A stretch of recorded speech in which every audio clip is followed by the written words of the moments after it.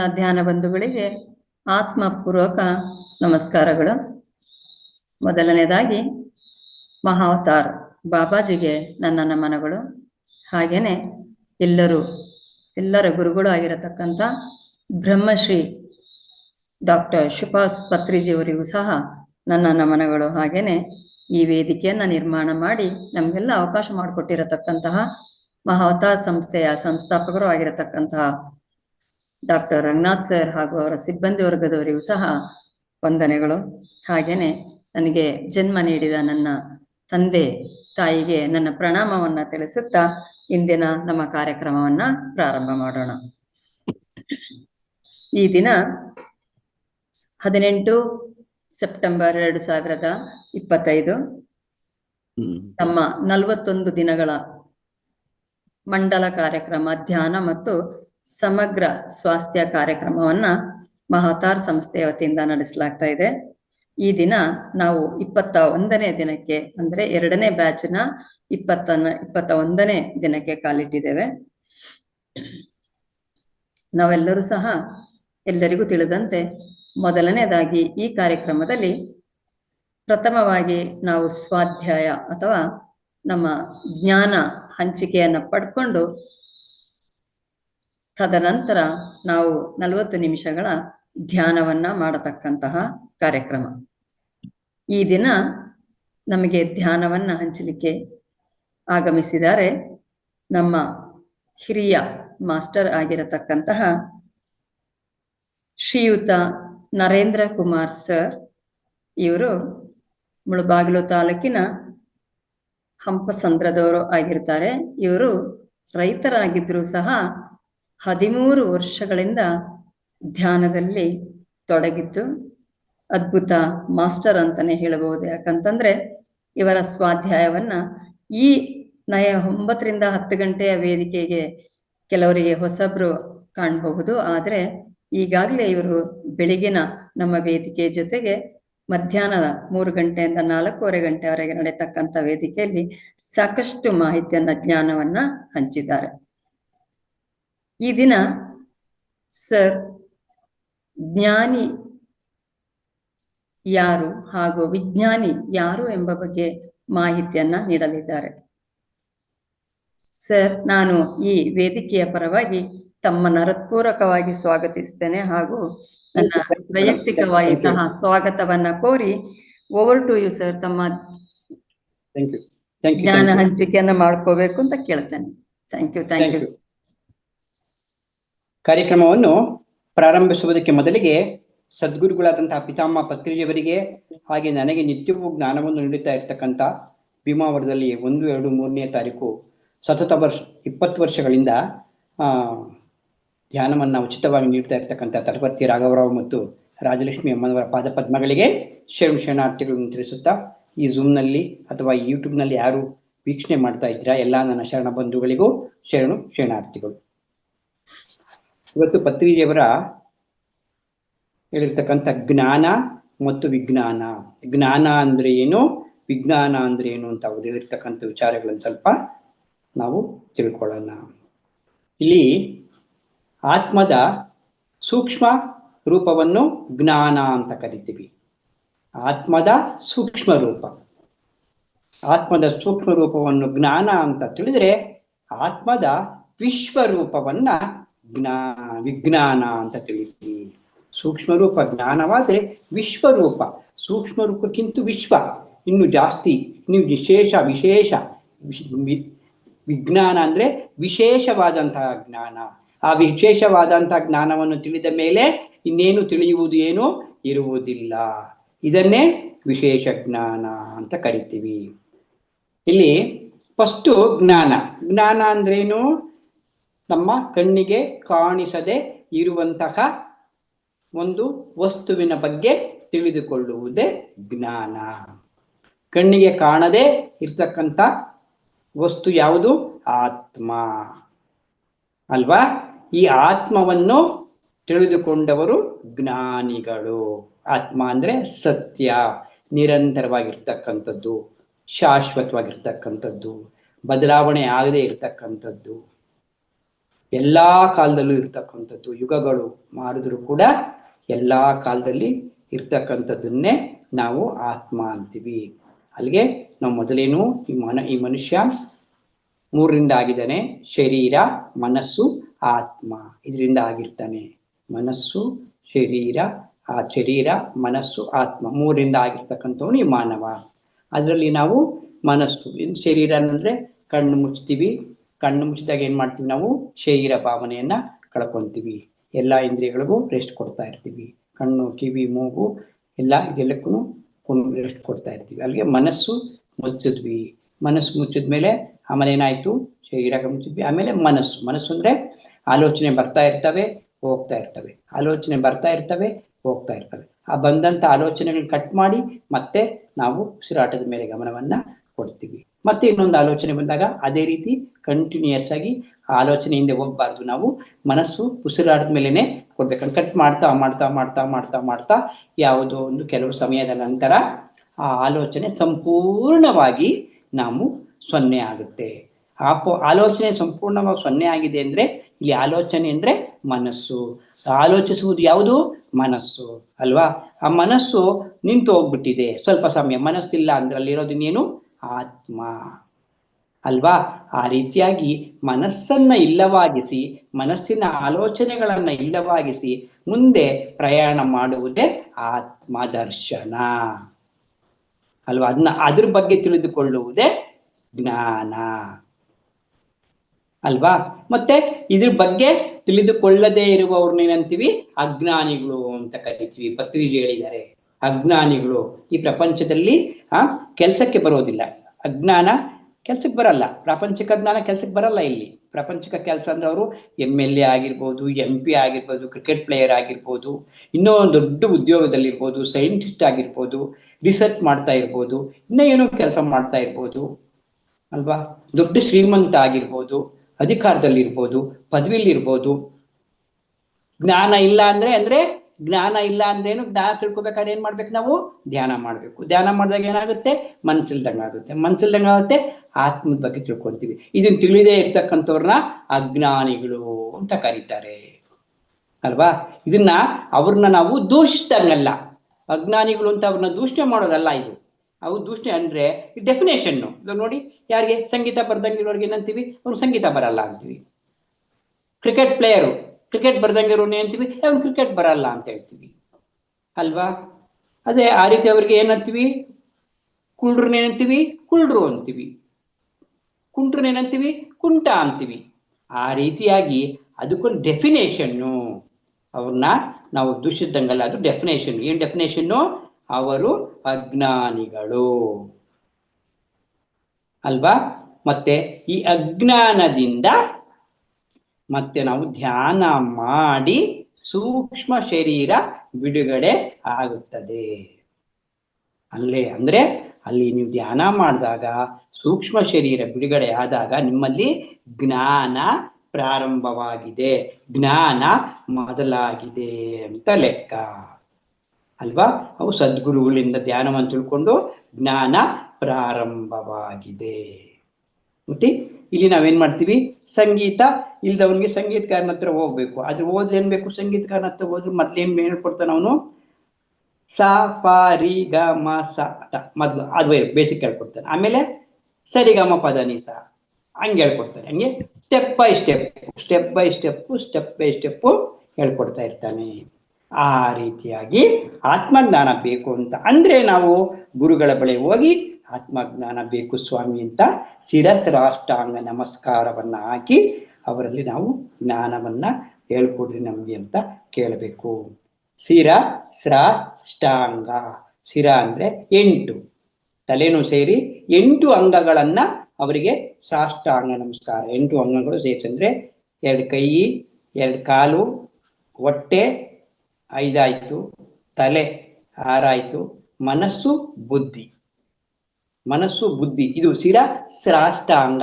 ಅಷ್ಟ ಅಂಗಗಳನ್ನು ಅವರಿಗೆ ಸಾಷ್ಟಾಂಗ ಅನ್ನೋದಂದ್ರೆ ಕೆಳಕ್ಕೆ ಶಿರಸಾಷ್ಟಾಂಗ ಅಂದ್ರೆ ತಲೆನೂ ಸೇರಿಸಿ ಅಲ್ಲಿಗೆ 8 ಅಂಗಗಳು. ಇವನ್ನ ಹಾಕಿ ಅವರಿಗೆ ಸ್ವಾಮಿ ಅಥವಾ ಸರ್ ನಮಗೆ ಆತ್ಮಜ್ಞಾನವನ್ನ ಹೇಳ್ಕೊಡಿ ಅಂತ ಕೇಳಿದಾಗ ಅವರು ನಮಗೆ ಆತ್ಮಜ್ಞಾನ ಹೇಳ್ಕೊಡ್ತಾರೆ. ಆಗ ನಮಗೆ ಮೂರನೇ ಅವಾಗ ಹೇಳ್ತಾರೆ ಅವರು, ನೀನು ಧ್ಯಾನಾಭ್ಯಾಸವನ್ನು ಮಾಡಪ್ಪ, ನಿನಗೆ ದಿವ್ಯ ಚಕ್ಷು ಓಪನ್ ಆಗುತ್ತೆ ಅಥವಾ ಮೂರನೇ ಕಣ್ಣು ತೆರ್ಕೊಳ್ಳುತ್ತೆ ಅಂತ ಹೇಳ್ತಾರೆ. ಆಗ ನಾವು ಧ್ಯಾನವನ್ನು ಮಾಡಿದಾಗ, ತುಂಬಾ ಸಾಧನೆ ಮಾಡಿದಾಗ ಅಲ್ಲೇ ಗೊತ್ತಾಗುತ್ತಲ್ಲ, ನಾವು ಸ್ಥೂಲ ಶರೀರ ಅಲ್ಲ, ನಾವು ಸೂಕ್ಷ್ಮ ಶರೀರ ಅಂತ ಗೊತ್ತಾಗುತ್ತೆ. ಆಗ ಗೊತ್ತಾಗುತ್ತೆ ಎಷ್ಟೋ ಪ್ರಪಂಚದಲ್ಲಿ ಎಷ್ಟೋ ಲೋಕಗಳಿದೆ.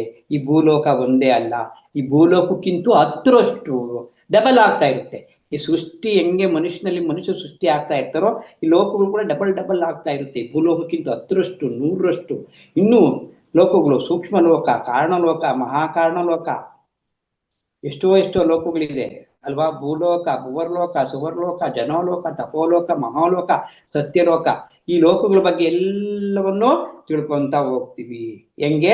ಅನುಭವದ ಮೂಲಕ ತಿಳ್ಕೊಂಡಿದೀವಿ ನಾವು ಇನ್ನು ಅಲ್ವಾ. ಅಂಥವ್ರನ್ನ ಆತ್ಮ ಜ್ಞಾನಿಗಳು ಅಂತ ಕರಿತೀವಿ. ಇಲ್ಲೇನಾಯ್ತು, ಅಲ್ಲಿಗೆ ಹಾಲು ಎಪ್ಪಾಕ್ಬಿಟ್ಟಿದೀವಿ, ಅದು ಮೊಸರಾಗಿದೆ. ಅಂದ್ರೆ ಹಾಲು ಎಪ್ಪಾಕಿದೆ ಅಂದ್ರೆ ಗುರುವಿನ ಮಾತಿನ ಸೂಚನೆಯ ಪ್ರಕಾರ ಆನಾಪಾನಾಸತಿ ಧ್ಯಾನದ ಮೂಲಕ ಆನಾಪಾನಾಸತಿ ಧ್ಯಾನವನ್ನೇ ಮಾಡಬೇಕು ಅಲ್ವಾ. ಸಂಗೀತ ಧ್ಯಾನ ಆಗ್ಲಿ, ಮ್ಯೂಸಿಕ್ ಧ್ಯಾನ ಆಗ್ಲಿ ಕೆಲಸ ಮಾಡಲ್ಲ. ಪತ್ರಿಜಿ ಏನ್ ಹೇಳಿದ್ದಾರೆ, ಮೊನ್ನೆ ಒಂದು ಕ್ಯಾಸೆಟ್ ಹೇಳಿದ್ದಾರೆ ಪತ್ರಿಜಿ ಅವರು. ಸಂಗೀತ ಅವರು ಸಂಗೀತ ನುಡಿಸೋದು ಬೇರೆ, ಅವರು ಸ್ವತಃ ಸಂಗೀತ ನುಡಿಸಿದಾಗ ನಾವು ಧ್ಯಾನ ಮಾಡೋದು ಬೇರೆ. ಪತ್ರಿಜಿ ಹೇಳಿರೋದೇನೇನೆ, ಅವರು ಯೋಗೀಶ್ವರರು, ಅದು ಬೇರೆ. ಅದು ಕಾಪಿ ಹಾಕೊಂಡು ಧ್ಯಾನ ಮಾಡಿದ್ರೆ ಲಾಭ ಇಲ್ಲ ಅಂತ ಹೇಳಿದ್ದಾರೆ ಪತ್ರಿಜಿ. ಮತ್ತೆ ಮಾತುಗಳು ಕೂಡ ಆಲೋಚನೆನೇ ಅಂತ ಹೇಳಿದ್ದಾರೆ. ಅಂದ್ರೆ ಸೈಲೆಂಟ್ ಆಗಿ ಸಲವ ಸಮಯ ಮಾತ್ರ ಹಾಕೋಬೇಕು ಅಂತ ಹೇಳಿದ್ದಾರೆ. ಮ್ಯೂಸಿಕ್ ಸ್ಟಾರ್ಟಿಂಗ್ ಅಲ್ಲಿ ಮಾತ್ರ ಮ್ಯೂಸಿಕ್ ಹಾಕೋಬೇಕು. ಆಮೇಲೆ ಅದು ಕೂಡ ನಾವು ಫ್ಲೂಟ್ ನುಡಿಸೋದು ಕೂಡ ಕೆಲ ಸಮಯನೇ, ಆಮೇಲೆ ಧ್ಯಾನಕ್ಕೆ ಹೊರಟೋಗ್ಬೇಕು ಅಂತ. ಹಾಗಾಗಿ ಆನಾಪಾನಸತಿ ಧ್ಯಾನ ಒಂದರ ಮೂಲಕ ನಾವು ಜ್ಞಾನ ಪಡೆಯೋದಕ್ಕೆ ಸಾಧ್ಯ. ಅಲ್ಲಿಗೆ ನಾವೇನ್ ಮಾಡಿದ್ವಿ, ಗುರುವಿನ ಮೂಲಕ ಹಾಲು ಮೊಸರಾಗಿದೆ ಅಂದ್ರೆ ಆತ್ಮಜ್ಞಾನವನ್ನ ಹುಟ್ಟಿದೆ ನಮ್ಮಲ್ಲಿ, ಆತ್ಮಜ್ಞಾನ ಅಂಕುರ ಆಗಿದೆ ಅಲ್ವಾ. ಎಷ್ಟೋ ಜನ್ಮಗಳು ತೆಗೆದುಕೊಂಡು ನಾವ್ ಎಷ್ಟೋ ಜನ್ಮ ತೆಗೆದುಕೊಂಡು ಬಂದ್ವಿ. ಇವಾಗ ಪಿರಮಿಡ್ ಸೊಸೈಟಿಗೆ ಯಾರ್ಯಾರು ಬಂದಿದ್ದೀರಾ, ಇವರೆಲ್ಲರೂ ಆತ್ಮಜ್ಞಾನ ತಿಳ್ಕೊಳಕ್ ಬಂದಿದೀವಿ. ಬೇರೆ ಸಂಸ್ಥೆಗಳೆಲ್ಲ ಆತ್ಮಜ್ಞಾನ ಹೇಳ್ತಾರೆ, ಏನು ಬಾಯಲ್ಲಿ ಹೇಳ್ತಾರೆ ಜ್ಞಾನ ಆದ್ರೆ ಹಿಂಗೆ ಆನಾಪಾನಾಸತಿ ಧ್ಯಾನದಿಂದ ಆತ್ಮಜ್ಞಾನ ಸಿಗುತ್ತೆ ಅಂತ ಬೇರೆ ಯಾವ ಸ್ಪಿರಿಚುವಲ್ ಸೊಸೈಟಿಗಳಲ್ಲೂ ಕೂಡ ಹೇಳೋದಿಲ್ಲ. ಬರೇ ಮಾತನಾಡೋದು ಮಾತ್ರ ಇರುತ್ತೆ, ಅಲ್ಲಿ ಧ್ಯಾನ ಕಡಿಮೆ ಇರುತ್ತೆ. ಇಲ್ಲಿ ನಮ್ಮಲ್ಲೇನು ಧ್ಯಾನಕ್ಕೂ ಅಷ್ಟೇ ಇಂಪಾರ್ಟೆನ್ಸು, ಸಜ್ಜನ ಸಾಂಗತ್ಯ, ಸ್ವಾಧ್ಯಾಯ ಮೂರಕ್ಕೂ ಇಂಪಾರ್ಟೆನ್ಸ್. ಧ್ಯಾನ ಕೂಡ ಅಷ್ಟೇ ಮಾಡಬೇಕು. ಅಂದ್ರೆ ಹಿಂದೆ ಎಷ್ಟೋ ಜನ್ಮಗಳಲ್ಲಿ ನಾವು ಧ್ಯಾನವನ್ನು ತಿಳ್ಕೊಳ್ದೇನೆ ಬರೋದು ಹೋಗೋದು ಮಾಡ್ತಾ ಇದ್ದೀವಿ ಅಲ್ವಾ.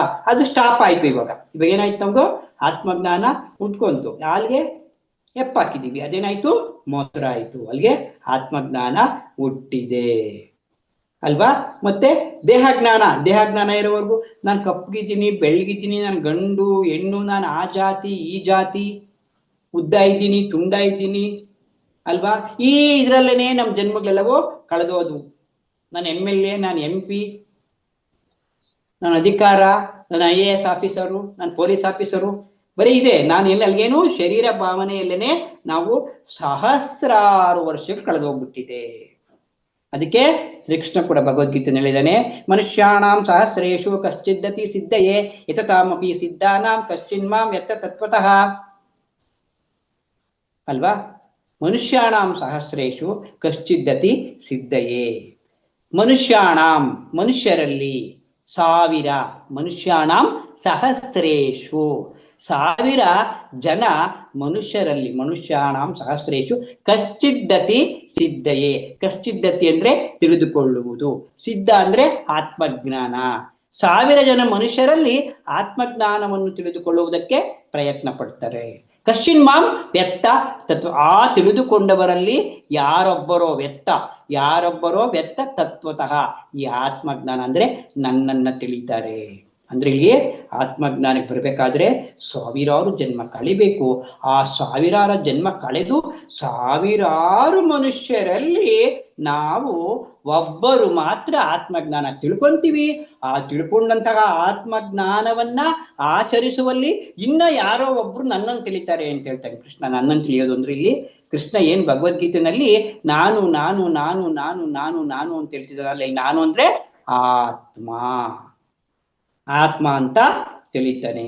ಅಲ್ಲಿಗೆ ಆತ್ಮಜ್ಞಾನ ಎಂದ್ರೆ ಜ್ಞಾನದಿಂದ ಸಿದ್ಧವಾಗುತ್ತದೆ. ಅಂದ್ರೆ ಆನಾಪಾನಾಸತಿ ಧ್ಯಾನ ಮಾಡುವುದರಿಂದ ಇಲ್ಲಿ ನಮ್ಗೆ ಆತ್ಮಜ್ಞಾನ ತಿಳಿಯುತ್ತೆ ಅಲ್ವಾ. ಆದ್ಮೇಲೆ ಆತ್ಮಜ್ಞಾನ ತಿಳ್ಕೊಂಡ ಆಮೇಲೆ ಏನಾಯ್ತು, ಎಲ್ಲವದರಲ್ಲಿಯೂ ನಾನೇ ಇದ್ದೀನಿ ಅಂತ ನೋಡ್ಕೊಂಡ. ಆತ್ಮಜ್ಞಾನ ಗೊತ್ತಾಯ್ತು. ಏನ್ ಗೊತ್ತಾಯ್ತು? ನನ್ನ ಶರೀರ ಅಲ್ಲ ಆತ್ಮ ಅಂತ ತಿಳ್ಕೊಂಡ. ಆಮೇಲೆ ಏನಾಯ್ತು, ತನ್ನಂತ ನೋಡ್ಕೊಳ್ತಾ ನೋಡ್ಕೊಳ್ತಾ ನೋಡ್ಕೊಳ್ತಾ ಸೂರ್ಯ ಚಂದ್ರ ಸಕಲ ಸೃಷ್ಟಿ ಪ್ರಾಣಿ ಪಕ್ಷಿ ಎಲ್ಲವುದರಲ್ಲೂ ಸಕಲ ಸೃಷ್ಟಿಯು ತಾನೇ ಅಂತ ತಿಳ್ಕೊಂಡ. ಹಾಗೇನಾಯ್ತು, ಫಸ್ಟು ಅಹಂ ಆತ್ಮ ಅಂತ. ಇವಾಗ ಏನಾಯ್ತು, ಪ್ರಜ್ಞಾನಂ ಅಹಂ ಬ್ರಹ್ಮಸಿ ಅಹಂ ಬ್ರಹ್ಮಾಸ್ಮಿ. ಅಂದ್ರೆ ಈ ಬ್ರಹ್ಮಾಂಡವೆಲ್ಲವೂ ನಾನೇ, ಈ ಬ್ರಹ್ಮಾಂಡವೆಲ್ಲವೂ ನಾನೇ. ಅಂದ್ರೆ ಈ ಬ್ರಹ್ಮ ನಾನು, ಬ್ರಹ್ಮ ಬೇರೆ ಅಲ್ಲ, ನಾನ್ ಬೇರೆ ಅಲ್ಲ. ಅಹಂ ಆತ್ಮ ನಂತರ ಏನಾಯ್ತು, ಅಹಂ ಬ್ರಹ್ಮಾಸ್ಮಿ ಆಯ್ತು. ಸರ್ವಾತ್ಮ ಅಜ್ಞಾನ ಜೀವ ಎನ್ನುತ್ತಾರೆ, ಅಜ್ಞಾನನ ಜೀವ ಅಂತಾರೆ. ಅಂದ್ರೆ ಅಜ್ಞಾನಿ ಅದೊಂದು ಜೀವೇನು, ನಾನು ಭಾರತ ದೇಶದವನು, ನಾನು ಇಲ್ಲೇ ಇದ್ದೀನಿ ಅಲ್ಲೇ ಇದನ್ನು ತಿಳ್ಕೊಳ್ಳೋನು. ಅಂದ್ರಲ್ಲಿ ಏನಾಯ್ತದು, ಜ್ಞಾನ ಬಂತು. ಜ್ಞಾನ ಅಂದ್ರೆ ಆತ್ಮವಾದಿ ಆತ್ಮಜ್ಞಾನ ಅಂದೇನು, ಒಂದು ಬೀಜವನ್ನ ನಾವು ಮೊಳಕೆ ನೆಟ್ಟಾಗ ಅದು ಕುಡಿ ಬಂತು. ಮೊದ್ಲೇನಾಗಿತ್ತು, ಬೀಜ ಇಟ್ವಿ, ಬೀಜ ಇಟ್ಟ ತಕ್ಷಣ ಆಯ್ತು ಕುಡಿ ಬಂತು ಅಲ್ವಾ. ಆ ಬೆಳೆದ ಕುಡಿ ಏನಾಯ್ತು, ಜ್ಞಾನ ಆಯ್ತು. ಅಷ್ಟಕ್ಕೆ ಆ ಗಿಡ ಹಂಗೆ ಇರಲ್ವಲ್ಲ, ಆ ಗಿಡ ಬೆಳೆದು ಮಹಾವೃಕ್ಷ ಆಯ್ತು. ಅದೇ ವಿಜ್ಞಾನ. ಜ್ಞಾನದ ಮುಂದಿನ ಮೆಟ್ಲೆ ವಿಜ್ಞಾನ ಅಥವಾ ಆತ್ಮವಿಜ್ಞಾನ.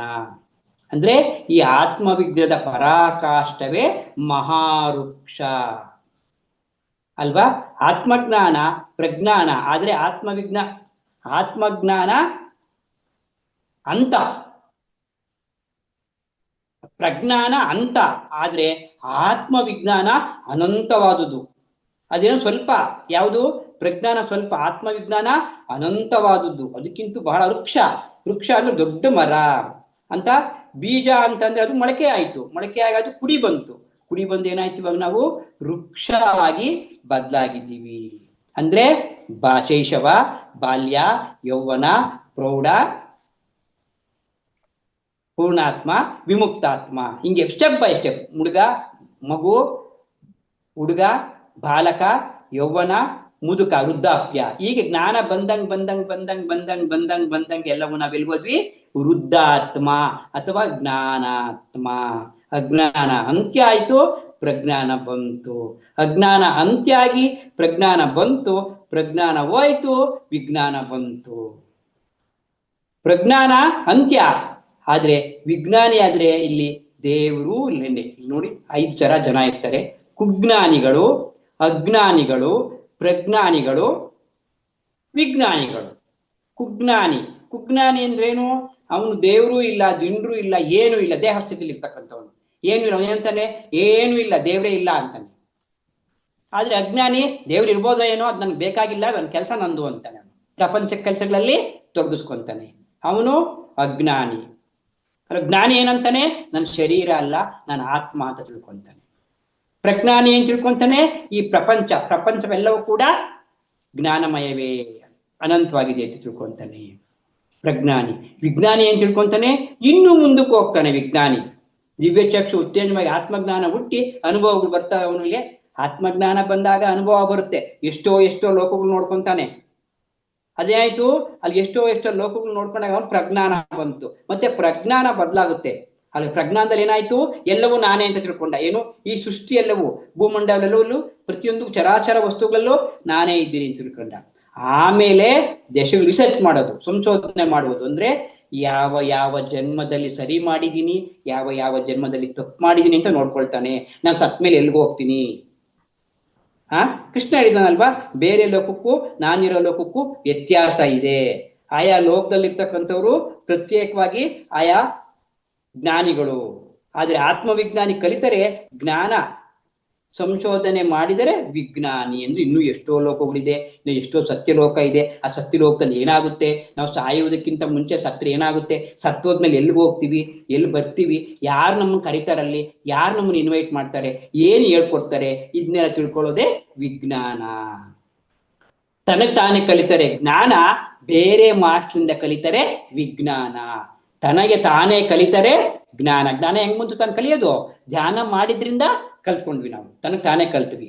ಪ್ರಜ್ಞಾನ ಅಂತಂತಂದ್ರೆ ಇನ್ನೂ ಎಷ್ಟೋ ಮಾಸ್ಟರ್ಗಳು ಕಲ್ತಿರ್ತಾರಲ್ಲ ಜ್ಞಾನವನ್ನ, ಅದನ್ನ ಕೇಳಿ ಪುಸ್ತಕಗಳನ್ನ ಓದಿ ಅವರ ಸಾಂಗತ್ಯವನ್ನ ಮಾಡಿ ತಿಳಿದುಕೊಳ್ಳುವುದೇ ವಿಜ್ಞಾನ ಅಲ್ವಾ?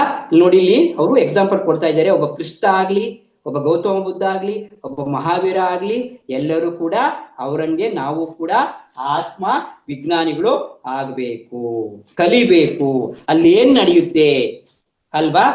ಮುಂದೆ ಪತ್ರಿಜಿಯವರು ಲೋಕ್ಸಾನ್ ರಾಂಪಾಯಿಂದ ವಿಜ್ಞಾನವನ್ನ ಕಲಿತರು. ಫಸ್ಟ್ ಏನ್ ಕಲ್ತರು? ಪತ್ರಿಜಿಯವರು ಜ್ಞಾನ ಕಲ್ತರು. ಯಾರಿಂದ ಜ್ಞಾನ ಕಲ್ತರು? ರಾಮಚಂದ್ರ ರೆಡ್ಡಿ ಅವರಿಂದ. ಅನಂತಪುರದಲ್ಲಿದ್ರು ಅವರು. ಯಾರು?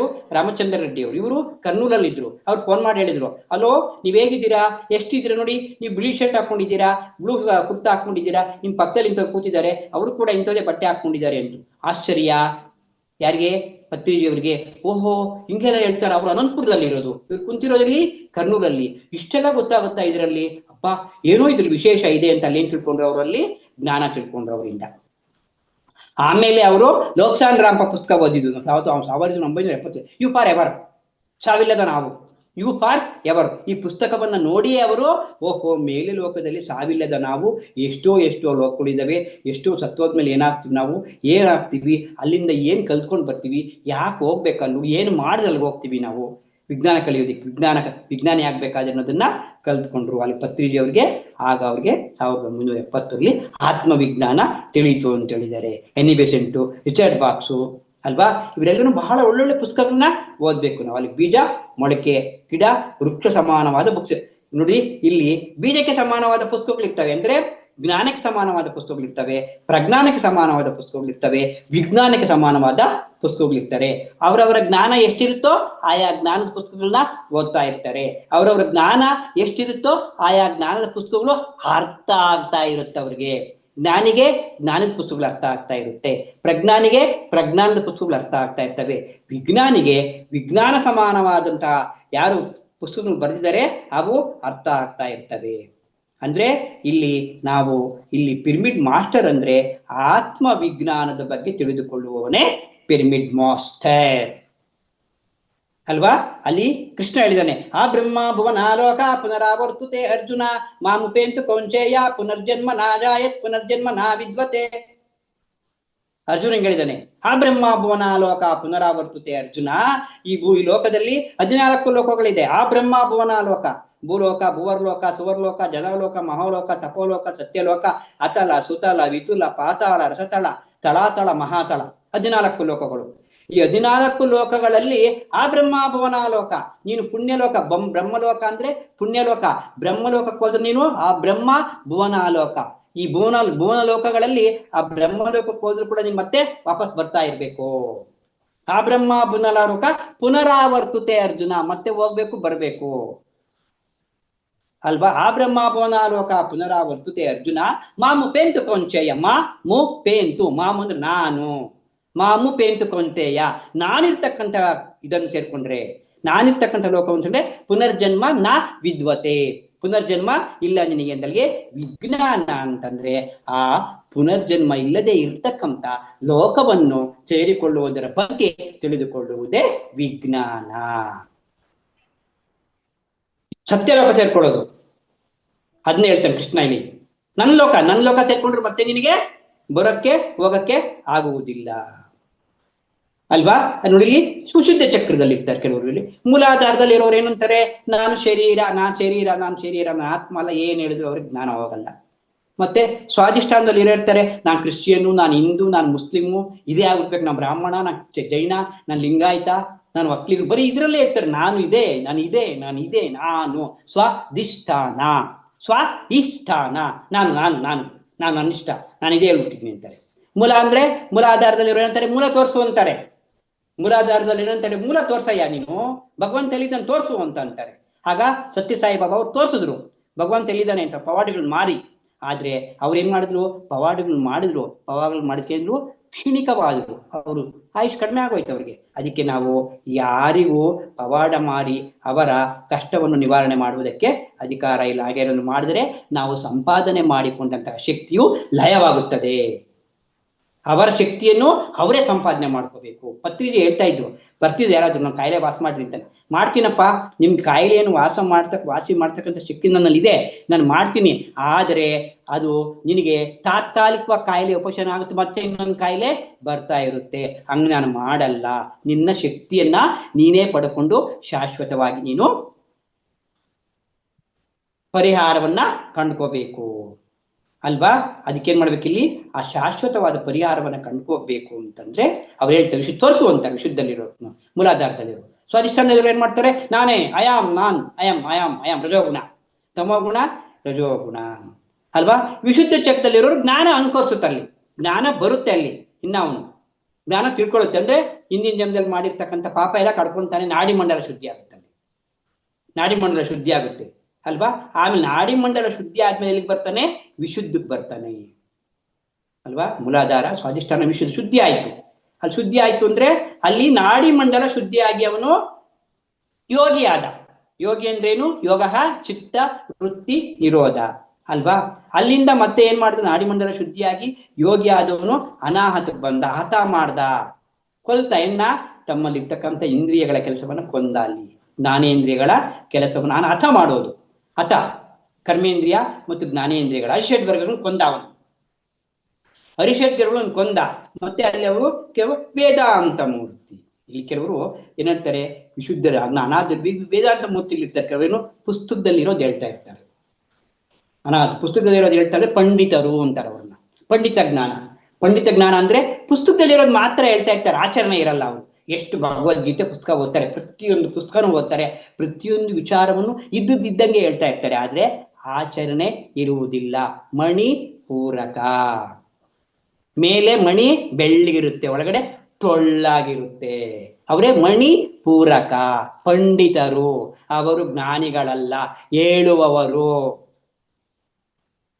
ಮಾತ್ರ. ಅವ್ರು ಜ್ಞಾನಿಗಳಲ್ಲ. ಎಲ್ಲಾ ಗೊತ್ತು, ಎಲ್ಲಾ ವಿಚಾರನೂ ಗೊತ್ತು, ಆದ್ರೆ ಆಚರಣೆ ಇಲ್ಲ. ಯಾಕೆ? ಧ್ಯಾನ ಇಲ್ಲ ಅಲ್ವಾ. ಮೇಲೆ ರೂಪಾಣಿ, ಅಂದರ್ ಶರ್ವಾಣಿ ಅಂತಾರೆ. ಬಾಹರ್ ರೂಪಾಣಿ, ಅಂದರ್ ಶರ್ವಾಣಿ ಅಂತಾರೆ. ಏನೋ ಅದು ಹಿಂದಿ ನನ್ಗೆ ಅರ್ಥ ಗೊತ್ತಿಲ್ಲ. ಅಂದ್ರೆ ಆಳು ಅಲಂಕಾರ, ಬಾಳು ಬಡ್ಕೋಬೇಕು ಅನ್ನಂಗೆ. ಅಲಂಕಾರವಾಗಿ ಎಲ್ಲ ಗೊತ್ತಿದೆ, ಒಳಗಡೆ ಏನೂ ಇಲ್ಲ, ಸುಮ್ಮನೆ ಹೇಳ್ತಾ ಹೋಗ್ತೇನೆ. ಅದು ಏನ್ಕೊಂತಾನ ಅವನು, ನನ್ಗೆಲ್ಲ ಗೊತ್ತಿದೆ, ನಾನು ಸತ್ಯಲೋಕ ಸೇರ್ಕೊಂತೀನಿ, ನನ್ಗೆಲ್ಲ ಗೊತ್ತಿದೆ ಅಂತ ಅನ್ಕೊಂಡಿರ್ತಾನೆ. ಅವರು ವೇದಾಂತ ಮೂರ್ತಿಗಳು. ಅದ್ ನಿಲ್ಸ್ಬಿಟ್ಟು ಏನ್ ಮಾಡ್ತಾನೆ, ಮುಂದೆ ಮೈಂಡ್ ಶುದ್ಧಿ ಮಾಡ್ತಾನೆ. ಮೈಂಡ್ ಶುದ್ಧಿ ಮಾಡಿದಾಗ ಏನಾಗುತ್ತೆ, ಅವನಿಗೆ ದಿವ್ಯ ಚಕ್ಷು ಓಪನ್ ಆಗುತ್ತೆ ಅಲ್ವಾ. ಆ ದಿವ್ಯ ಚಕ್ಷು ಓಪನ್ ಆದಾಗ ದೃಶ್ಯಗಳು ಕಾಣಿಸ್ತಾ ಇರ್ತವೆ. ಆ ದೃಶ್ಯಗಳನ್ನ ಖಾಲಿ ಮಾಡ್ತಾನೆ ದಿವ್ಯ ಚಕ್ಷು ದೃಷ್ಟಿ ಖಾಲಿ ಮಾಡೋವನಷ್ಟೇನೆ. ಅಲ್ಲಿಂದ ಯೋಗ ಮೂರ್ತಿಗಳೇ ಅವರು. ಯೋಗ ಮೂರ್ತಿಯಿಂದ ಇನ್ನು ಮುಂದಕ್ಕೆ ಹೋಗ್ಬೇಕು, ಅವರು ಜ್ಞಾನ ಮೂರ್ತಿಗಳಾಗ್ಬೇಕು ಅಂತಂದ್ರೆ ಅಲ್ಲಿ ಸಹಸ್ರಾಸ್ತ್ರಕ್ಕೆ ಹೋಗ್ಬೇಕು. ಇವೆಲ್ಲವನ್ನು ದಾಟಿ ಅಲ್ವಾ. ಸಹಸ್ರಾಸ್ತ್ರ ಅಂದ್ರೆ ಅದು ಸ್ಥಿತಿ ಚಕ್ರ ಅಲ್ಲ. ಮೂಲಾಧಾರ, ಸ್ವಾಧಿಷ್ಠಾನ, ಅನಾಹತ, ವಿಶುದ್ಧ, ಆಜ್ಞಾ. 6 ಮೂಲಾಧಾರ, ಸ್ವಾಧಿಷ್ಠಾನ, ಮಣಿಪುರಕ, ಅನಾಹತ, ವಿಶುದ್ಧ, ಆಜ್ಞಾಚಕ್ರ. ಇವು ಚಕ್ರಗಳು. ಒಂದು ಚಕ್ರ ತಿರುಗ್ತಾ ಇರ್ತಾರೆ, ಹೋಗೋದು ಬರೋದು. ಸಹಸ್ರಾಸ್ತ್ರ ಚಕ್ರ ಅಲ್ಲ, ಅದು ಸ್ಥಿತಿ. ಆ ಸಹಸ್ರಾಸ್ತ್ರ ಸ್ಥಿತಿಗೆ ಸೇರಿಕೊಂಡವರೇ ವಿಜ್ಞಾನಿಗಳು. ಅವರು ಮತ್ತೆ ಭೂಲೋಕಕ್ಕೆ ಬರ್ತಕ್ಕಂಥ ಅವಶ್ಯಕತೆ ಇರುವುದಿಲ್ಲ. ಇದನ್ನ ವಿಜ್ಞಾನಿಗಳು ಅಂತಾರೆ. ದಿವ್ಯ ದೃಷ್ಟಿಯಲ್ಲಿ ಮಾಸ್ಟರ್ ಕಾಣಿಸ್ದಾಗ ಏನ್ ಮಾಡ್ತಾರೆ, ಬರೀ ಜ್ಞಾನದಲ್ಲಿ ಅಂದ್ರೆ ದೃಶ್ಯಂ ತನ್ನಶ್ಯಂ. ದೃಶ್ಯ ಕಾಣಿಸ್ತಾರೆ, ಯಾರೋ ಗೌತಮ ಬುದ್ಧ ಕಾಣಿಸ್ತಾರೆ, ಅಲ್ಲಿಗೆ ಸ್ಟಾಪ್ ಮಾಡ್ಬಿಡ್ತಾರೆ. ಇಲ್ಲಪ್ಪ ನಾನು ಗೌತಮ ಬುದ್ಧ ಕಾಣಿಸ್ತಾರೆ, ಮತ್ತೆ ನಾನು ಆಲೋಚನೆ ಆಯ್ತು ಧ್ಯಾನಕ್ಕೆ ಹೋಗ್ಬೇಕು ಅಂತ ಹೋಗ್ತಾರೆ. ಅಲ್ಲ, ಅವ್ರ ಹಿಂದೆ ಹೋಗ್ಬೇಕು ಅಂತ ಹೇಳ್ತಾರೆ ಪತ್ರಿಜಿ. ಗೌತಮ ಬುದ್ಧರು ಬರೇ ಕಾಣಿಸೋದಿಲ್ಲ, ಅವ್ರ ಹಿಂದೆ ಹೋಗಿ ಅವ್ರು ಏನ್ ಆಚರಣೆ ಮಾಡಿದ್ರು, ಅವ್ರ ಏನ್ ಧರ್ಮ ಹೇಳಿದ್ರು, ಆ ಧರ್ಮವೇನು ಅವ್ರ ಹಿಂದೆ ಹೋಗಿ ತಿಳ್ಕೊಳ್ಬೇಕು. ಇನ್ನೂ ಏನೋ ಇದೆ ಅವ್ರು ಏನೇನು ಮಾಡಿದ್ರು, ಹೆಂಗ್ ಮಾಡಿದ್ರು ಅಂತ ತಿಳ್ಕೊಂತಾರಲ್ಲ, ಅದೇ ವಿಜ್ಞಾನ. ಅಂದ್ರೆ ಸಹಸ್ರಾಸ್ತ್ರ ಸ್ಥಿತಿಗೆ ತಲುಪುವುದೇ ವಿಜ್ಞಾನ. ಜ್ಞಾನ ಅಂದ್ರೆ ಚಕ್ರಗಳಲ್ಲಿ ಇರ್ತಕ್ಕಂಥದ್ದು, ಸಹಸ್ರಾಸ್ತ್ರ ವಿಜ್ಞಾನ ಅಂದ್ರೆ ಸ್ಥಿತಿಯಲ್ಲಿ ಇರ್ತಕ್ಕಂಥದ್ದು. ಇದು ಜ್ಞಾನ ಮತ್ತು ವಿಜ್ಞಾನ ಇನ್ನ ತುಂಬಾ ಇದೆ. ಮತ್ತೆ ನನಗೆ ಇನ್ನ ಯಾವಾಗ ತಿಳ್ಕೊಳ್ಳೋ ವಿಚಾರಗಳು ನನಗೆ ಅವಕಾಶ ಮಾಡಿಕೊಟ್ಟಂತಹ ಎಲ್ಲರಿಗೂ ಶರಣಾರ್ಥಿಗಳು.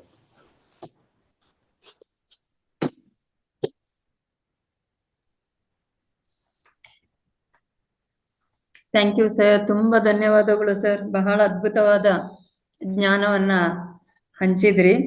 ಆಕ್ಚುಲಿ ಜ್ಞಾನಿ ಅಂದ್ರೆ ಏನು, ಹಾಗೆ ವಿಜ್ಞಾನಿ ಅಂದ್ರೆ ಏನು ಅಂತ ಹೇಳತಕ್ಕಂಥದ್ದು, ಇದನ್ನ ನಾವು ಕೇವಲ ಇಂಗ್ಲಿಷ್ ಪದದಲ್ಲಿ ಅಥವಾ ಆಂಗ್ಲ ಇದರಲ್ಲಿ ತಗೊಂಡ್ರೆ ಖಾಲಿ ಒಂದು ಹೆಚ್ಚು ಜ್ಞಾನ ಇರುವವರು ಅಥವಾ ಒಂದು ಏನೋ ಒಂದು ಸಂಶೋಧನೆ ಮಾಡಿದವರು ಅಂತ ಅನ್ಕೊಂಡಿದ್ವಿ. ಆದ್ರೆ ನಮ್ಮ ಈ ಜ್ಞಾನ ಅಂತ ಹೇಳತಕ್ಕಂಥದ್ದು ಕಣ್ಣಿಗೆ ಕಾಣದೇ ಇರುವ ವಸ್ತು. ಇದು ಒಂದು ಆತ್ಮ ಅಂತ ಹೇಳತಕ್ಕಂಥ ತುಂಬಾ ಚೆನ್ನಾಗಿ ಹೇಳಿ, ಜೊತೆಗೆ ಇದು ಶಾಶ್ವತ ಆದದ್ದು. ಇದನ್ನ ಮುಂದೆ ಪರಾಂಬರಿಸಿಕೊಂಡು ಹೋದಾಗ, ಇದರ ಸಂಶೋಧನೆಯನ್ನ ಮಾಡಿದಾಗ, ಇದರ ಅಂತರಾಳವನ್ನ ತಿಳಿದುಕೊಂಡಾಗ ನಾವು ವಿಜ್ಞಾನಿಗಳ ಆಗ್ತೇವೆ ಅಂತ ಹೇಳತಕ್ಕಂಥದ್ದನ್ನ ಬಹಳ ಚೆನ್ನಾಗಿ ಕೊಟ್ರಿ. ಜೊತೆಗೆ ನಮ್ಮ 6 ಚಕ್ರಗಳು ಜೊತೆಗೆ ಸಹಸ್ರ ಸ್ಥಿತಿಯನ್ನು ಸಹ ಬಹಳ ಚೆನ್ನಾಗಿ ಉದಾಹರಣೆಯೊಂದಿಗೆ ವಿವರಣೆಯನ್ನ ಕೊಟ್ಟಿದ್ದೀರಾ ಸರ್. ಬಹುಶಃ ಎಷ್ಟೋ ಜನರಿಗೆ ಇದು ಹೊಸ ಅಂಶ ಇರಬಹುದು, ನನಗೂ ಸಹ ಬಹಳ ಹೊಸದಾಗಿ ಕಂಡಿತು. ಆದರೆ ಬಹಳ ಅರ್ಥಪೂರ್ಣವಾದ ಒಂದು ಮಾಹಿತಿಯನ್ನ ತಾವು ಕೊಟ್ಟಿದ್ದೀರಾ. ಇನ್ನೊಂದೇನು ಅಂತಂದ್ರೆ, ಈ ಆನಾಪಾನ ಮತ್ತೆ ಸತಿ ಧ್ಯಾನದಲ್ಲಿರತಕ್ಕಂಥ ಒಂದು ಅದ್ಭುತ ಮಾಹಿತಿಯನ್ನು ಸಹ ತಾವು ಗಮನಕ್ಕೆ ತಂದಿರಾ. ನಾವೆಲ್ಲರೂ ಪಿರಮಿಡ್ ಮಾಸ್ಟರ್ಸ್ ಅಂತ ಆಗ್ಬೇಕಾದ್ರೆ ಬಹಳ ಹೆಚ್ಚಿನ ಒಂದು ಈ ಆನಾಪಾನ ಸತಿ ಧ್ಯಾನವನ್ನ ಮಾಡಿ ನಾವೊಂದು ಆತ್ಮವನ್ನ ನಾವು ಪರಿಶೀಲನೆ ಮಾಡ್ಕೋಬೇಕು, ಪರಿಶುದ್ಧತೆಯನ್ನ ಕಾಣಬೇಕು. ಈ ಅಂಶವನ್ನು ಸಹ ತಾವು ಬಹಳ ಅರ್ಥಪೂರ್ಣವಾಗಿ ಗಮನಕ್ಕೆ ತಂದ್ರಿ ಸರ್.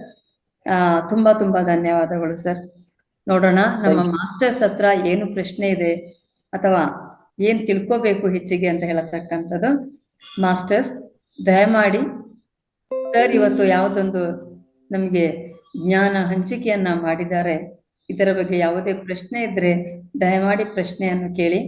ತಮ್ಮ ಪ್ರಶ್ನೆಯಿಂದ ಇನ್ನೂ ಹೆಚ್ಚಿನ ಅಂಶಗಳನ್ನ ನಾವು ತಿಳ್ಕೊಳ್ಳಿಕ್ಕೆ ಅವಕಾಶ ಇದೆ ಅಂತ ಹೇಳತಕ್ಕಂಥದ್ದನ್ನ ನಾನು ಗಮನಕ್ಕೆ ತರ್ತಾ ಇದ್ದೇನೆ. ಪ್ರಶ್ನೆ ಕೇಳುವವರು ದಯಮಾಡಿ ಹ್ಯಾಂಡ್ ರೈಸ್ ಮಾಡಿ ನೇರವಾಗಿ ಪ್ರಶ್ನೆಯನ್ನ ಕೇಳಿ.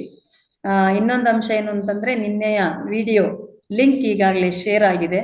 ದಯಮಾಡಿ ಚಾಟ್ ಬಾಕ್ಸಿಗೆ ಹೋಗಿ ಅದನ್ನ ಓಪನ್ ಮಾಡಿ ಲೈಕ್ ಕೊಟ್ಟು ಒಂದು ಕಾಮೆಂಟ್ ಅನ್ನ ಕೊಟ್ಟು ಎಸ್ ಅಂತ ಹೇಳತಕ್ಕಂತ ಒಂದು ಮೆಸೇಜ್ ಅನ್ನ ದಯಮಾಡಿ ಎಲ್ಲರೂ ಸಹ ಮಾಡಿ. ಇದರಿಂದ ಈ ವೇದಿಕೆಯಲ್ಲಿ ಇಲ್ಲದವರು ಸಹ ಈ ವಿಡಿಯೋಗಳನ್ನ ನೋಡಿ ಅವರು ಸಹ ಕಲೀಲಿಕ್ಕೆ ಅವಕಾಶ ಆಗ್ಲಿ ಅಂತ ಹೇಳತಕ್ಕಂಥದನ್ನ ಗಮನಕ್ಕೆ ತರ್ತಾ ಇದ್ದೇನೆ. ಓಕೆ ಮಾಸ್ಟರ್ಸ್, ಹ್ಯಾಂಡ್ ರೈಸ್ ಮಾಡಿ. ಜ್ಯೋತಿ ಮ್ಯಾಮ್ ಅನ್ಮ್ಯೂಟ್ ಮಾಡ್ಕೊಳ್ಳಿ. ನಮಸ್ತೆ ಮೇಡಮ್. ನಮಸ್ತೆ ಪ್ರಶ್ನೆ, ಈಗ ನಾವು ಯಾವ ಸ್ಥಾನದಲ್ಲಿ ಈಗ ಧ್ಯಾನ ಮಾಡ್ತಾ ಇದೀವಿ ಫಸ್ಟ್ ಸ್ಟೇಜ್ ಅಂದ್ಕೊಳ್ರಿ. ಈಗ ನೆಕ್ಸ್ಟ್ ಸ್ಟೇಜ್ ಹೋಗ್ಬೇಕಂದ್ರೆ ಏನ್ ಮತ್ತೆ ಧ್ಯಾನದಲ್ಲೇ ಇದಿರ್ಬೇಕಾ, ಮತ್ತೆ ಬೇರೆ ಏನಾದ್ರು ನಿಮ್ಮ ಸೀನಿಯರಿಟಿಯಿಂದ ಯಾವ ತರ ನಾವು? ಧ್ಯಾನ ಅಂದ್ರೆ 1 ಗಂಟೆ ಧ್ಯಾನ ಮಾಡೋರು 2 ಗಂಟೆ ಧ್ಯಾನ ಮಾಡ್ಬೇಕು, 2 ಗಂಟೆ ಧ್ಯಾನ ಮಾಡೋರು 3 ಗಂಟೆ ಧ್ಯಾನ ಮಾಡ್ಬೇಕು, 3 ಗಂಟೆ ಧ್ಯಾನ ಮಾಡೋರು 4 ಗಂಟೆ ಧ್ಯಾನ ಮಾಡ್ಬೇಕು. ವಿಜ್ಞಾನಿ ಆಗ್ಬೇಕು ಅಂದ್ರೆ ಲೆಕ್ಕವಿಲ್ಲದಷ್ಟು ಧ್ಯಾನ ಮಾಡ್ಬೇಕು. ಪತ್ರಿಜಿ ಹೇಳಿದ್ದಾರೆ, ನಿಮ್ಮ ವಯಸ್ಸು ಮಿನಿಮಮ್ ಎಷ್ಟು ಧ್ಯಾನ ಮಾಡ್ಬೇಕು ಅಂತಂದವರು ನಿಮ್ಮ ವಯಸ್ಸು ಎಷ್ಟಿದೆಯೋ ಅಷ್ಟು ಅಂತ ಹೇಳಿದ್ದಾರೆ. ಮ್ಯಾಕ್ಸಿಮಮ್ ಆಕಾಶದಷ್ಟು ಅಂತ ಹೇಳಿದ್ದಾರೆ. ಆಕಾಶದಷ್ಟು ಧ್ಯಾನ ಮಾಡಿದರೆ ಮಾತ್ರ ನಿಮ್ಗೆ ವಿಜ್ಞಾನ ತಿಳಿಯುತ್ತೆ. ಇವಾಗ ಏನೋ ಸ್ವಲ್ಪ ಧ್ಯಾನ ಮಾಡಿದ್ರೆ ಆಸನ ಜಯ ಆಗುತ್ತೆ, ಸ್ವಲ್ಪ ಏನೋ ತಲೆನೋವು ಮೇಲಾಯ್ತು ಮನಃಶಾಂತಿ ಸಿಗ್ತು ಅನ್ನುತ್ತೆ. ಇದನ್ನ ಕಂಟಿನ್ಯೂ ಮಾಡ್ಬೇಕು ಮೇಡಮ್. ಆತ್ಮಜ್ಞಾನ ಅಷ್ಟು ಬೇಗ ಸಿಗೋದಲ್ಲ. ಇದು ತುಂಬಾ ಸಾಧನೆ ಮಾಡ್ಬೇಕು, ತುಂಬಾ ಸಾಧನೆ ಮಾಡ್ಬೇಕು.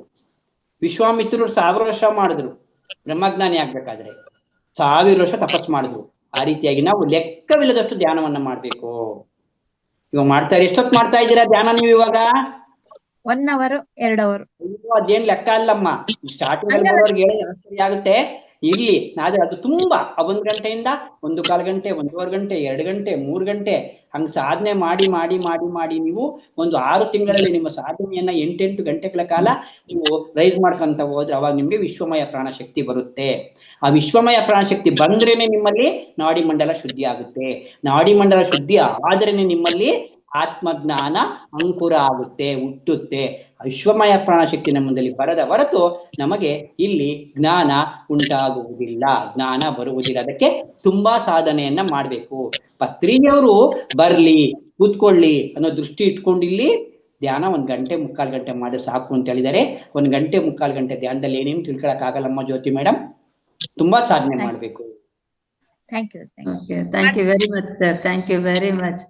ಹಾಗೆ ಮೆಸೇಜನು ಬಂತು, ಆನಾಪಾನ ಸತಿ ಧ್ಯಾನವೇ ಶ್ರೇಷ್ಠವಾದದ್ದು, ಅದನ್ನೇ ಮಾಡಬೇಕು ಅಂತ ನಮ್ಮ ಸಣ್ಣೇಗೌಡರು ಸರ್ ಮೆಸೇಜ್ ಕಳಿಸಿದ್ದಾರೆ. ಓಕೆ ಮಾಸ್ಟರ್ಸ್, ಬೇರೆ ಏನಾದರೂ ಪ್ರಶ್ನೆ ಇದ್ರೆ ದಯಮಾಡಿ ಕೇಳಿ. ಯಾಕಂತಂದ್ರೆ ಇಂಥ ಅದ್ಭುತ ಮಾಹಿತಿ ಸಿಗುವುದು ಬಹಳ ಬಹಳ ಕಷ್ಟ. ನಾವು ಪುಸ್ತಕ ಓದುವುದು ಸೆಕೆಂಡ್ರಿ, ಆದ್ರೆ ಅದನ್ನ ವಿವರಣೆಯಾಗಿ ನಮಗೆ ಅರ್ಥ ಆಗೋ ಹಾಗೆ ತಿಳಿಸಿಕೊಟ್ಟಿದಾರಲ್ಲ. ತಮಗೆ ಏನಾದರೂ ಡೌಟ್ಸ್ ಇದ್ರೆ ದಯಮಾಡಿ ಕೇಳಿ.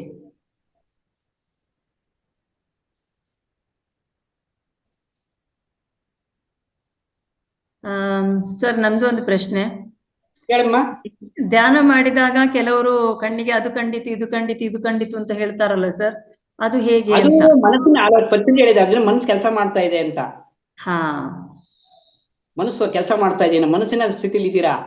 ಆ ರೀತಿ ದೃಶ್ಯಗಳು ಕಾಣಿಸೋ ಅವ್ರು ಧ್ಯಾನ ಮಾಡ್ಬೇಕು. ವೀರಬ್ರಹ್ಮೇಂದ್ರ ಸ್ವಾಮಿ ಅವರು ಧ್ಯಾನ ಮಾಡಿದಾಗ ಅವ್ರ ಕಣ್ಣು ಚಿತ್ರಣ ಬಂತು ಮುಂದೆ ಏನಾಗುತ್ತೆ ಅಂತ. ಅಷ್ಟು ಸಾಧನೆ ಮಾಡಿದಾಗ ಅದು ಚಿತ್ರಣ ಆ ಬೇರೆ, ಥರ್ಡ್ ಐ ಓಪನ್ ಆಗೋದು ಬೇರೆ, ಏನೋ ಸುಮ್ಮನೆ ಇಮ್ಯಾಜಿನೇಷನ್ ಮಾಡ್ಕೊಳ್ಳೋದು ಬೇರೆ ತಾಯಿ. ಅಂದ್ರೆ ಅದು ತಲೆಯಲ್ಲಿ ನಮ್ದು ಥಾಟ್ಸ್ ಹಾಗೆ ಇದೆ ಅಂತ ಆಯ್ತು.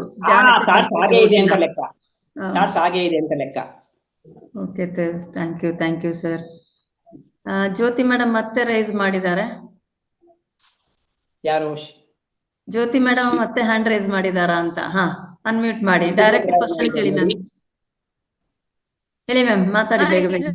ನಾನು ಧ್ಯಾನ ಮಾಡುವಾಗ ವಾಯ್ಸ್ ಏನೋ ನೆಟ್ವರ್ಕ್ ಮಾಡುವಾಗ ನನ್ ಪ್ರತಿಬಿಂಬನೆ ಮೇಡಮ್, ನೀವು ಹೇಳೋದು ಅರ್ಥ ಆಗ್ತಾ ಇಲ್ಲ, ನೆಟ್ವರ್ಕ್ ಇಶ್ಯೂ ಆಗಿದೆ. ಇತ್ತೀಚೆಗೆ ಜ್ಯೋತಿ ಮೇಡಮ್, ನಿಮ್ಮ ವಾಯ್ಸ್ ಕ್ಲಿಯರ್ ಇಲ್ಲ. ಈಗ ಕೇಳಿಸ್ತಿದೆನಾ? ಹಾ, ಈಗ ಕೇಳ್ತಾ ಇದೆ, ಮಾತಾಡಿ. ಎರಡನೇವ್ರಿಗೆ ಅವಕಾಶ ಕೊಡಿ. ಧ್ಯಾನ ಮಾಡುವಾಗ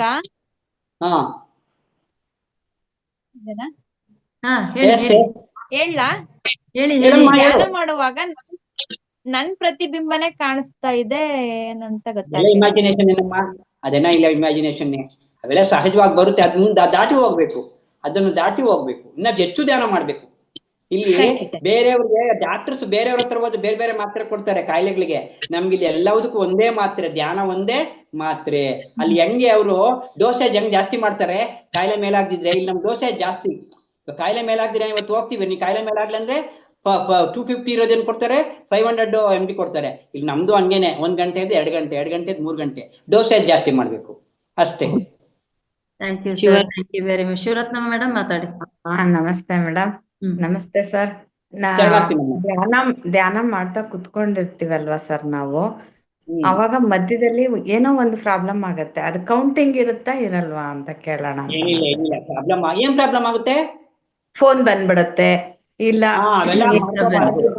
ಡಿಸ್ಕನೆಕ್ಟ್ ಮಾಡ್ತಾರೆ. ಧ್ಯಾನ ಮಾಡುವಾಗ ಫೋನ್ ಅನ್ನ ಸೈಲೆಂಟ್ ಮಾಡ್ಕೋಬೇಕು. ಈ ಮನೇಲಿ ಕೂತಿದಾಗ ಸಮಯದಲ್ಲಿ ಬೇರೆ ಪ್ರಪಂಚ ವ್ಯವಹಾರಗಳು ಮಾಡಬಾರ್ದು, ಸೈಲೆಂಟ್ ಮಾಡ್ಕೋಬೇಕು. ಯಾವಾಗ ಇದ್ದೇ ಇರ್ತಲ್ವೇ ನಮ್ಮ ಫೋನು. ಅಟ್ಲೀಸ್ಟ್ 1 ಗಂಟೆ ಧ್ಯಾನ ಮಾಡುವಾಗಾದ್ರೂ ಫೋನ್ ಕಟ್. ಯಾರಾದ್ರೂ ಮನೆಗೆ ಬರ್ತಾರೆ, ಬಂದಾಗ ಡಿಸ್ಕನೆಕ್ಟ್ ಆಗುತ್ತೆ, ನೋಡ್ಕೋಬೇಕು.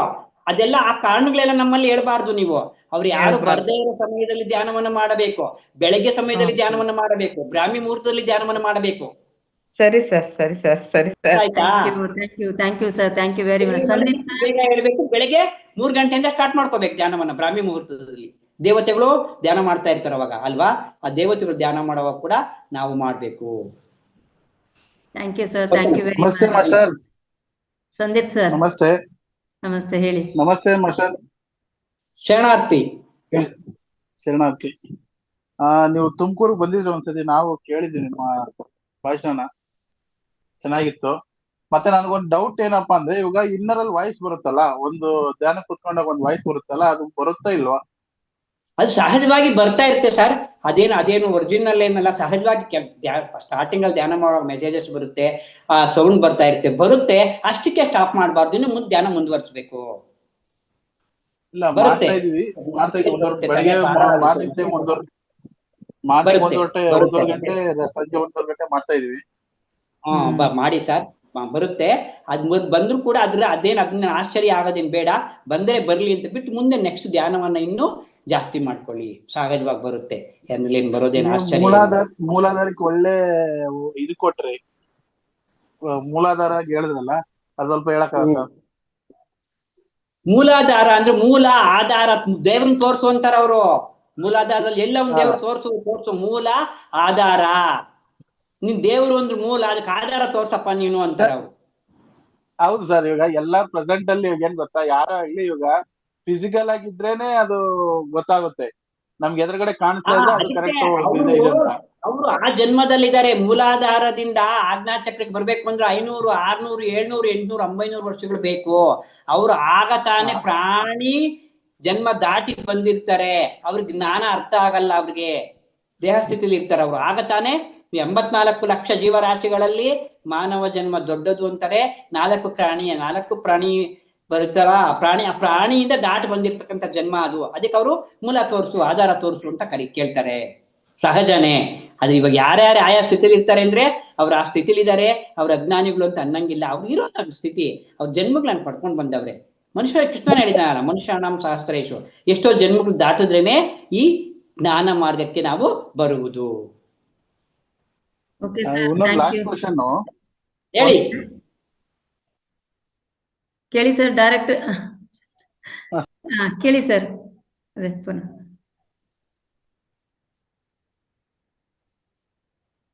ಯಾಕೆ ಮ್ಯೂಟ್ ಅನ್ಮ್ಯೂಟ್ ಆಗ್ತಾನೆ ಇದೆಲ್ಲ, ಟೈಮ್ ವೇಸ್ಟ್ ಆಗ್ತಾ ಇದೆ.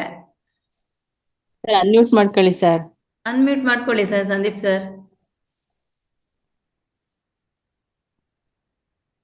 Okay, next Sharada Patil madam ಅವರು.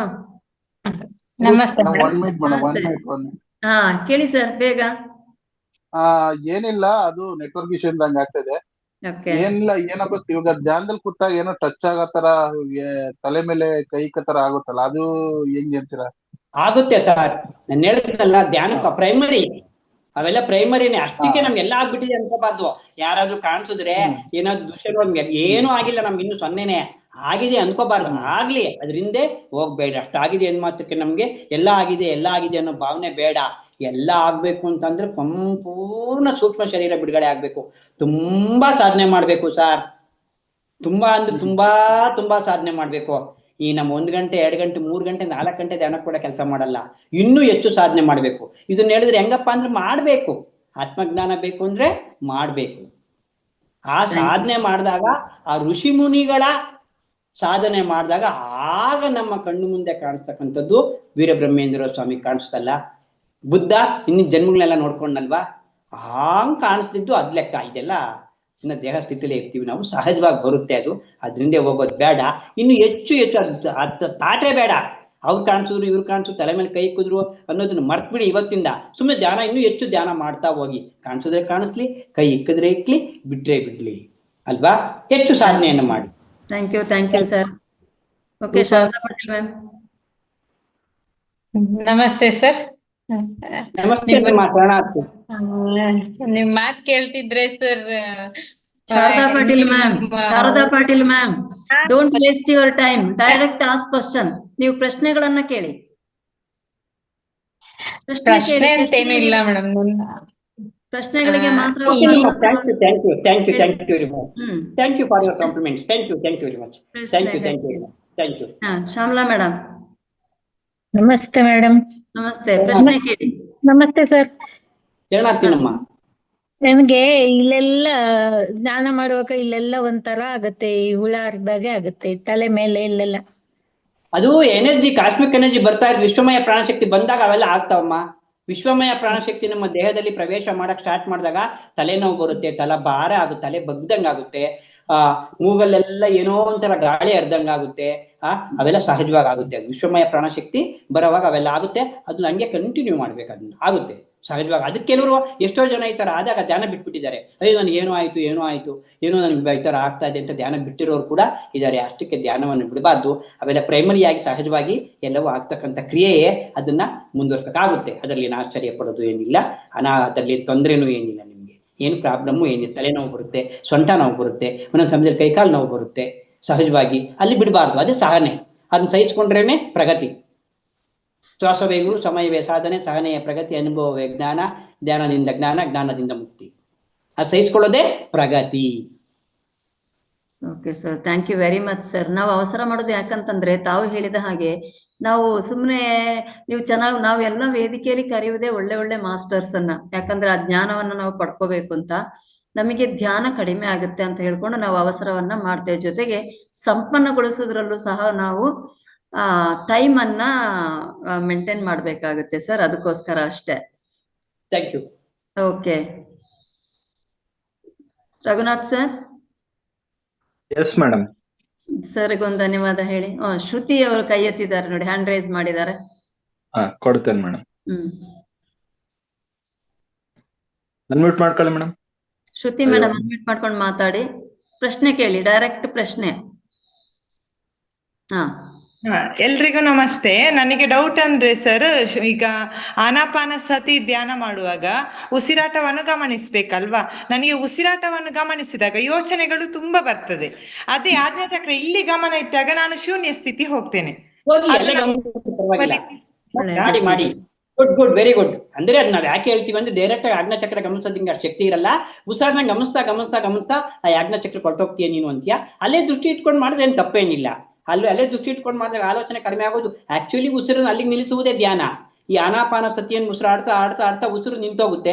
ಆಜ್ಞಾಚಕ್ರದಲ್ಲಿ ಉಸಿರು ನಿಲ್ಲುತ್ತೆ. ಆಸನವ ಚಲಿಸದೆ ನಾಸಿಕಾಗ್ರದ ದೃಷ್ಟಿಯ ಸೂಸುವ ಪವನವನ್ನು ನಿಲ್ಲಿಸುವ ಆ ಯೋಗಿ ಈಶನಾಗಿ ಕುಸರತ್ನಂತನ. ಅಲ್ಲೇ ಉಸಿರು ನಿಲ್ಲಿಸ್ಬೇಕು ಅಂತ. ಅದು ಆಗ್ತಾ ಇದ್ರೆ ಏನ್ ಪ್ರಾಬ್ಲಮ್ ಇಲ್ಲ, ಮಾಡ್ಬೋದು. ಏನ್ ಪ್ರಾಬ್ಲಮ್ ಇಲ್ಲ. ಅನುಭವ ಬರ್ತದೆ ಹೇಳ್ತಾರೆ. ಏನೋ ನನಗೆ ಅನುಭವ ಬಂದ್ರೆ ಗುಡ್. ಅನುಭವ ಬರ್ತಾ ಇದ್ರೆ ವೆರಿ ವೆರಿ ಗುಡ್. ಅನುಭವ ಬಂದ್ರೆ ಗುಡ್. ಅನುಭವ ಅಂತ ಏನು ಬರುದಿಲ್ಲ. ಆದ್ರೆ ಶೂನ್ಯ ಸ್ಥಿತಿಯಲ್ಲಿ ಹೇಳ್ತಾ ಇದ್ದೀನಲ್ಲಮ್ಮ, ಅನುಭವ ಬಂದರೆ ಗುಡ್, ಅನುಭವ ಬರ್ದೇ ಇದ್ದರೆ very very good. Good, S.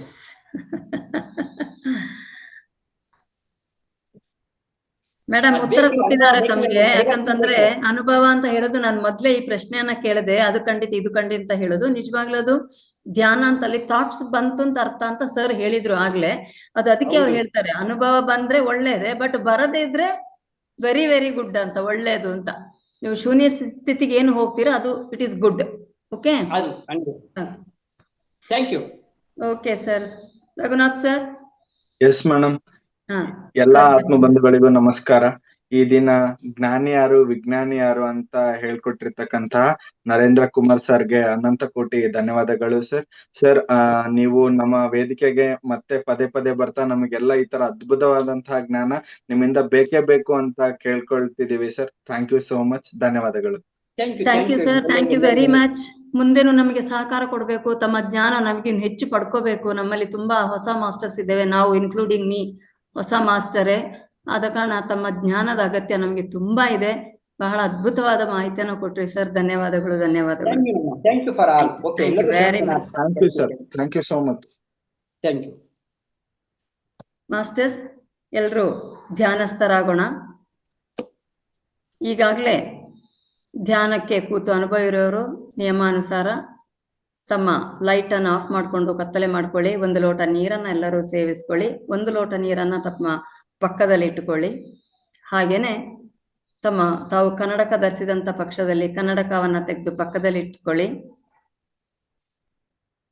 ಕುರ್ಚಿ ಅಥವಾ ಸೋಫಾ ಅಥವಾ ಮಂಚದ ಮೇಲೆ ಕಾಲನ್ನ ಕೆಳಗೆ ನೀಡಿ ಕೂತಿರತಕ್ಕಂಥವ್ರು ತಮ್ಮ 2 ಕೈಗಳನ್ನು ಲಾಕ್ ಮಾಡ್ಕೊಳ್ಳಿ. ಪುರುಷರು ತಮ್ಮ ಎಡ ಹೆಬ್ಬೆಟ್ಟಿನ ಮೇಲೆ ಬಲ ಹೆಬ್ಬೆಟ್ಟನ್ನ ಇಟ್ಟು, ಹಾಗೆ ಸ್ತ್ರೀಯರು ತಮ್ಮ ಬಲ ಹೆಬ್ಬೆಟ್ಟಿನ ಮೇಲೆ ಎಡ ಹೆಬ್ಬೆಟ್ಟನ್ನಿಟ್ಟು ಲಾಕ್ ಮಾಡಿಕೊಂಡು, ಈ ಲಾಕ್ ಮಾಡಿದ ಕೈಯನ್ನ ತಮ್ಮ ಹೊಟ್ಟೆಯ ಕೆಳಗೆ ತೊಡೆಯ ಮೇಲೆ ಇಟ್ಟುಕೊಂಡು ಕೂತ್ಕೊಳ್ಳಿ.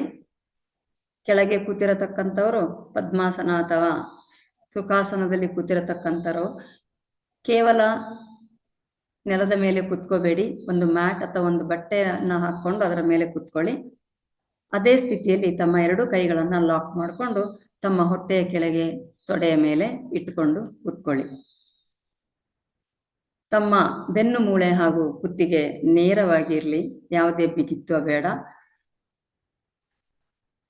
ತಾವೆಲ್ಲರೂ ಸಹ ತಮ್ಮ ಎರಡೂ ಕಣ್ಣುಗಳನ್ನು ಮೃದುವಾಗಿ ಮುಚ್ಕೊಳ್ಳಿ. ಈಗಾಗಲೇ ನರೇಂದ್ರ ಸರ್ ಸಹ ಹೇಳಿದರು, ನಾವು ಮಾಡತಕ್ಕಂಥದ್ದು ಆನಾಪಾನ ಸತಿ ಧ್ಯಾನ. ಈ ಧ್ಯಾನವನ್ನು ಮಾಡಿದರೆ ನಾವು ಪ್ರಾಣಶಕ್ತಿಯನ್ನು ಜೊತೆಗೆ ಈ ಬ್ರಹ್ಮಾಂಡದ ವಿಶ್ವಶಕ್ತಿಯನ್ನು ಸಹ ನಾವು ಪಡ್ಕೊಳ್ತೇವೆ. ಆದ ಕಾರಣ ಎಲ್ಲರೂ ಸಹ ನಾವು ತಟಸ್ಥ ಮನಸ್ಸಿನಿಂದ ನಮ್ಮ ಉಸಿರನ್ನೇ ಗಮನಿಸುತ್ತಾ ನಾವು ಧ್ಯಾನವನ್ನು ಮಾಡೋಣ. 30 ನಿಮಿಷಗಳ ಕಾಲ ನಾವು ಸಂಗೀತ ಧ್ಯಾನವನ್ನು ಮಾಡಿ, ತದನಂತರ 10 ನಿಮಿಷಗಳ ಕಾಲ ನಾವು ಶೂನ್ಯ ಧ್ಯಾನವನ್ನು ಮಾಡೋಣ.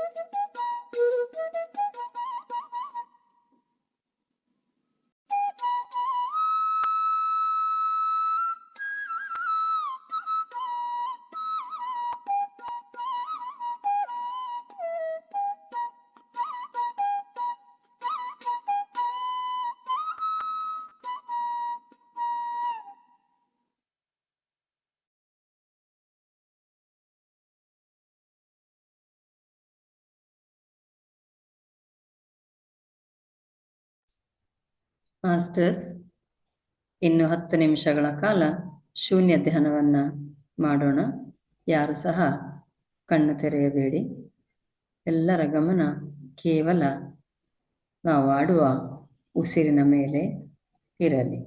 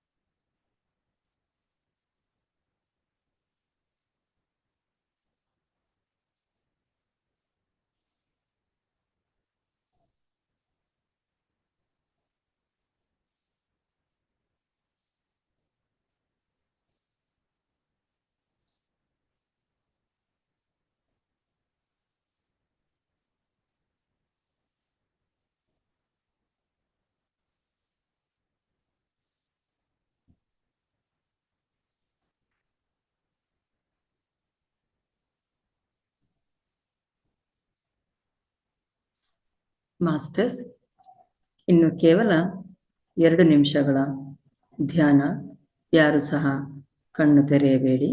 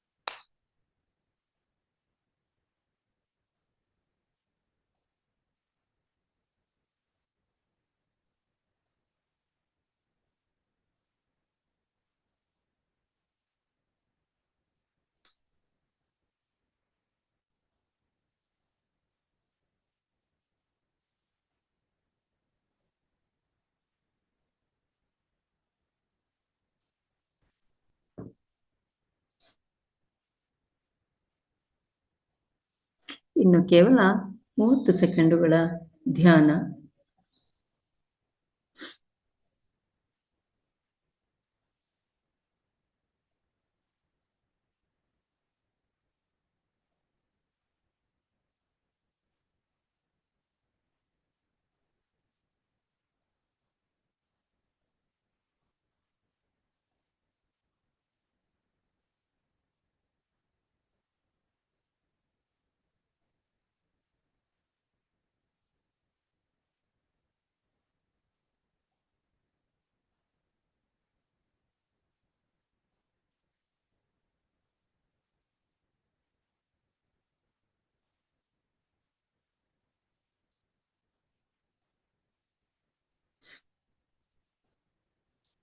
ಇನ್ನು ಕೇವಲ 5 ಸೆಕೆಂಡುಗಳು.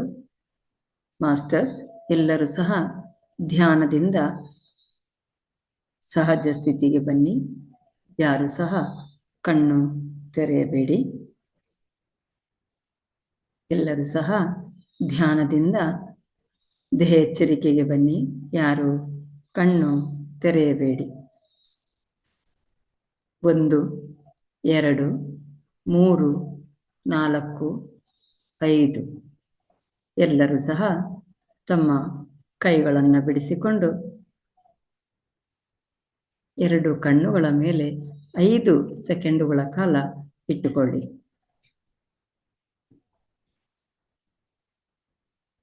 1, 2, 3, 4, 5. ನಿಧಾನವಾಗಿ ತಮ್ಮ 2 ಹಸ್ತಗಳನ್ನು ನೋಡುತ್ತಾ ತಮ್ಮ 2 ಕಣ್ಣುಗಳನ್ನು ಮುಗುಳ್ನಗೆಯಿಂದ ತೆರೆಯಿರಿ.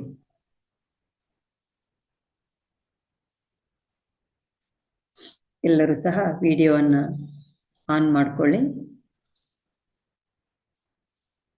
ನೀರನ್ನು ಸೇವಿಸಬಹುದಾಗಿದೆ. ಧ್ಯಾನವನ್ನು ಮುಂದುವರಿಸುವವರು ಮುಂದುವರಿಸಬಹುದಾಗಿದೆ. ಇಲ್ಲಿಗೆ ಈ ದಿನ ಅದ್ಭುತವಾದ ಧ್ಯಾನವನ್ನು ಮಾಡಿದ ಎಲ್ಲ ಮಾಸ್ಟರ್ಸ್ಗೆ ಧನ್ಯವಾದಗಳು. ಹಾಗೆಯೇ ಈ ಧ್ಯಾನಕ್ಕೆ ಸಹಕರಿಸಿದ ಪ್ರಕೃತಿ ಮಾತೆ ಹಾಗೂ ದೇಹಕ್ಕೆ ಚಪ್ಪಾಳೆಯೊಂದಿಗೆ ಧನ್ಯವಾದವನ್ನು ಹೇಳೋಣ.